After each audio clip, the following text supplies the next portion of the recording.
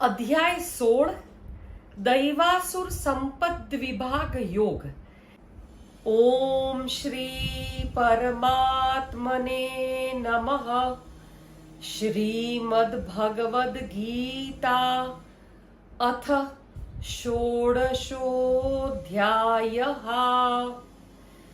શ્રી ભગવાનુવાચ અભયં સત્વસંશુદ્ધિર જ્ઞાનયોગવ્યવસ્થિતિઃ દાનંદમશ્ચ યજ્ઞશ્ચ સ્વાધ્યાયસ્તપ આર્જવમ.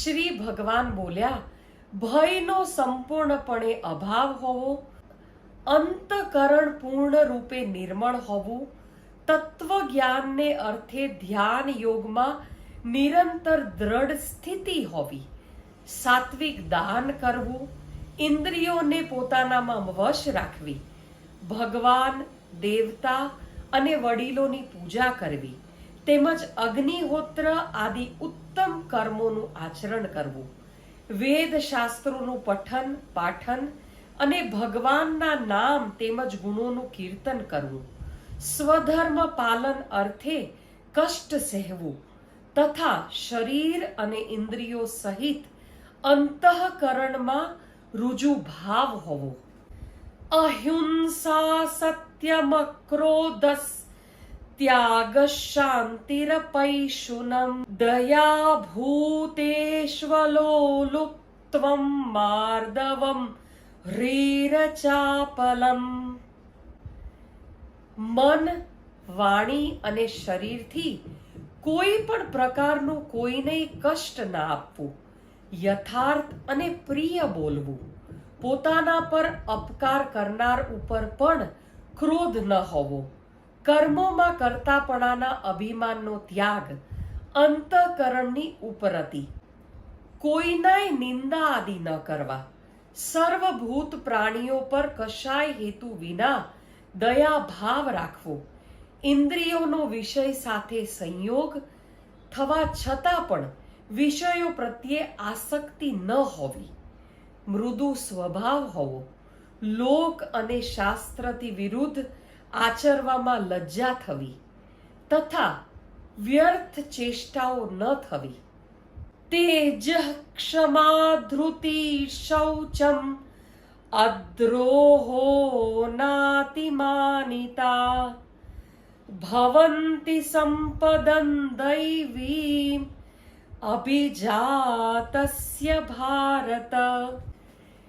તેજ, ક્ષમા, ધૈર્ય, બાહ્ય શુદ્ધિ, કોઈના પ્રત્યે શત્રુભાવ ન હોવો, પોતાનામાં પૂજ્યતાનું અભિમાન ન હોવું, આ સઘળા હે ભારત દૈવી સંપદાને લઈને જન્મેલા માણસોના લક્ષણો છે.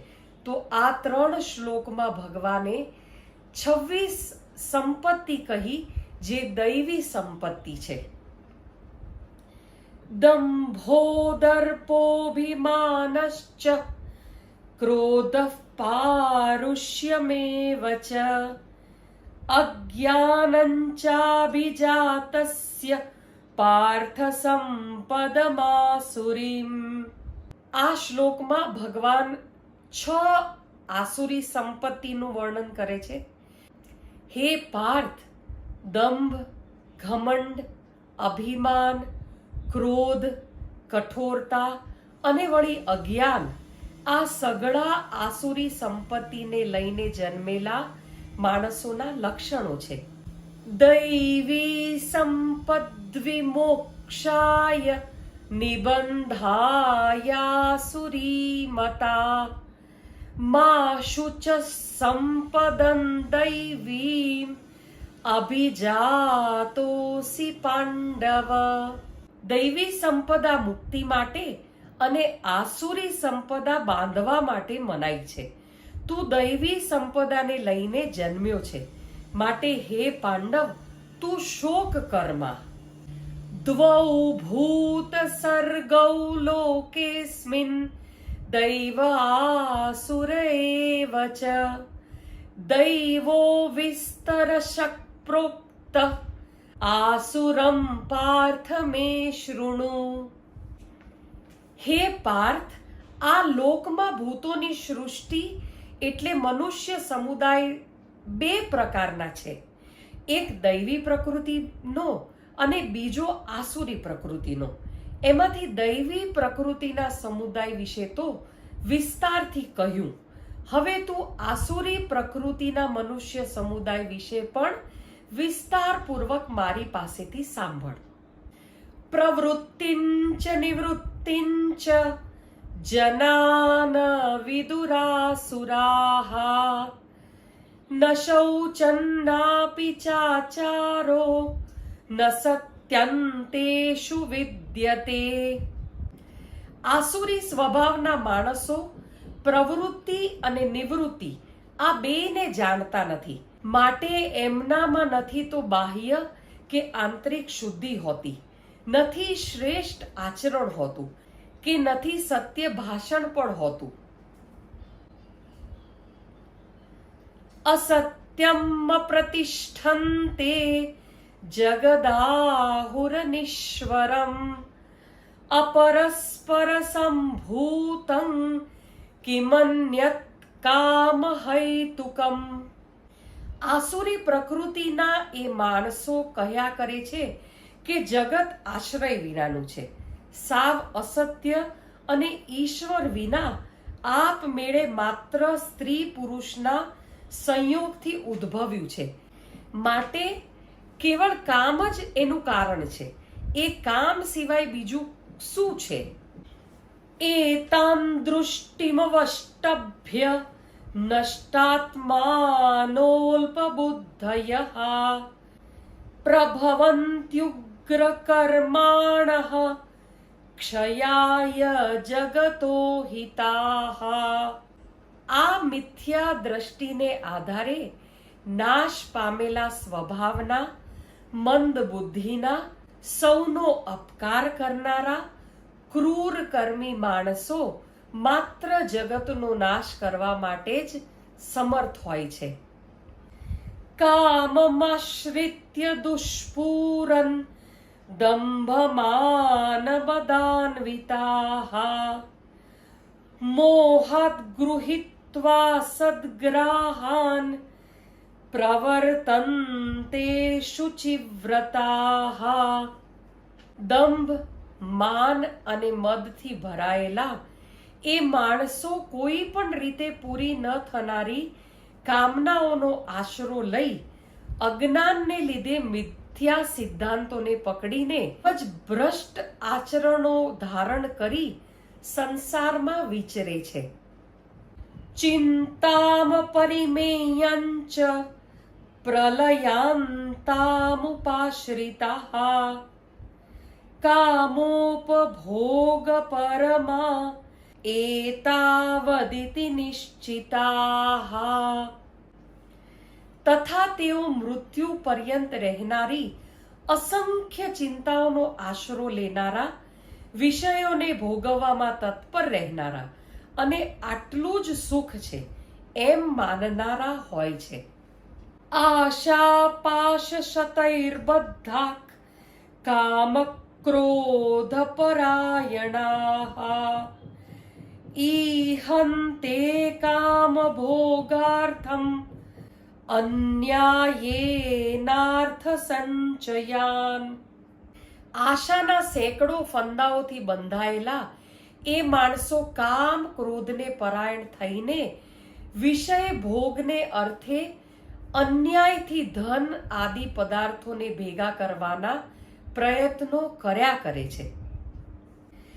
ઇદમધ્યમયા લબ્ધમ ઇમં પ્રાપ્સ્યે મનોરથમ ઇદમસ્થિદમપી મે ભવિષ્યતિ પુનર્ધનમ. તેઓ વિચાર્યા કરે છે કે મેં આજે આ મેળવી લીધું અને હવે આ મનોરથને પાર પાડીશ. મારી પાસે આટલું ધન છે અને હજી પણ આ થઈ જશે. અસૌ મયા હત શત્રુર હનિષ્યે ચાપરાનપી ઈશ્વરોહમહં ભોગી સિદ્ધોહમ બલવાન સુખી. પેલો શત્રુ તો મારા વડે હણાયો અને પેલા બીજા શત્રુઓને પણ હું હણી લઈશ. હું ઈશ્વર છું, ઐશ્વર્યને ભોગવનારો છું. હું સઘળી સિદ્ધિઓથી યુક્ત છું તથા બળવાન અને સુખી છું. આઢ્યો બીજનવાનસ્મિ કોન્યોસ્તિ સદૃશો મયા યક્ષ્યે દાસ્યામિ મોદિષ્ય ઇત્યજ્ઞાન વિમોહિતાઃ.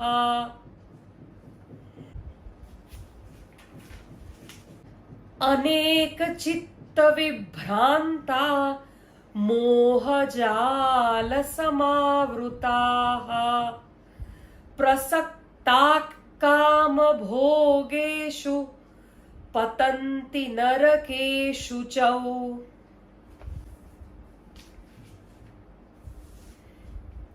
15 અને 16 શ્લોકનો ભાવાર્થ એક સાથે છે. હું ઘણો ધનવાન છું અને મારું આટલું મોટું કુટુંબ છે. મારા જેવો બીજો કોણ છે? હું યજ્ઞ કરીશ, દાન દઈશ અને મોજ મજા કરીશ. આમ અજ્ઞાનને કારણે મોહિત રહેનારા, અનેક રીતે ભ્રમિત ચિત્ત તથા મોહરૂપી જાળથી વીંટળાયેલા તેમજ વિષય ભોગોમાં રચ્યા પચ્યા રહેનારા આસુરી જનો મહાન અપવિત્ર નરકમાં પડે છે. 14-15 શ્લોક, આ બધા જ શ્લોકમાં ભગવાને આસુરી વૃત્તિઓવાળા, આસુરી સંપત્તિ ધરાવતા મનુષ્ય કેવા હોય છે, એમની માનસિકતા કેવી હોય છે, એ ખૂબ વિસ્તારપૂર્વક વર્ણવ્યું છે.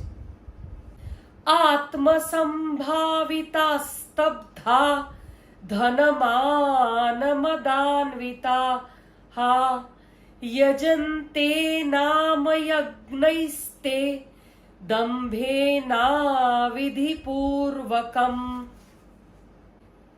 એવા પોતે પોતાને જ શ્રેષ્ઠ માનનારા ઘમંડી માણસો ધન અને માનના મદથી ચૂર થઈને કેવળ નામ માત્રના યજ્ઞો વડે ઢોંગ ખાતર શાસ્ત્રવિધિ કર્યા વિના યજન કરે છે. અહંકારમ બલં દર્પં કામં ક્રોધં ચ સંશ્રિતાઃ મામાત્મપરદેહેષુ પ્રદ્વિષંતોભ્યસૂયકાઃ. અહંકાર, બળ, ઘમંડ, કામના અને ક્રોધ આદિને પરાયણ રહેનારા, એ સિવાય બીજા અનાચારોમાં રચ્યા પચ્યા અને બીજાની નિંદા કરનારા એ માણસો પોતાના તેમજ બીજાના શરીરમાં રહેલા મુજ અંતર્યામીનો જ દ્વેષ કરે છે. તાનહં દ્વિષતઃ ક્રૂરાન સંસારેષુ નરાધમાન ક્ષિપામજ્યશ્રમશુભાન આસુરીષ્વેવ યોનિષુ. એ દ્વેષ કરનારા પાપાચારીઓ અને ક્રૂર કર્મી નરાધમોને હું સંસારમાં વારંવાર આસુરી યોનિમાં જ નાખું છું. આસુરી યોનિમાપન્ના મૂઢા જન્મની જન્મની મામ પ્રાપ્યૈવ કૌન્તેય તતો યાન્ત્યધમં ગતિમ.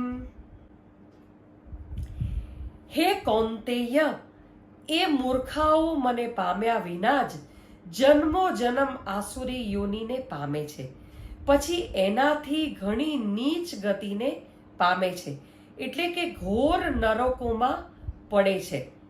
ત્રિવિધં નરકસ્યેદં દ્વારનાશનમાત્મનઃ કામ ક્રોધસ્તથા લોભસ તસ્માદેતત્રયં ત્યજેત.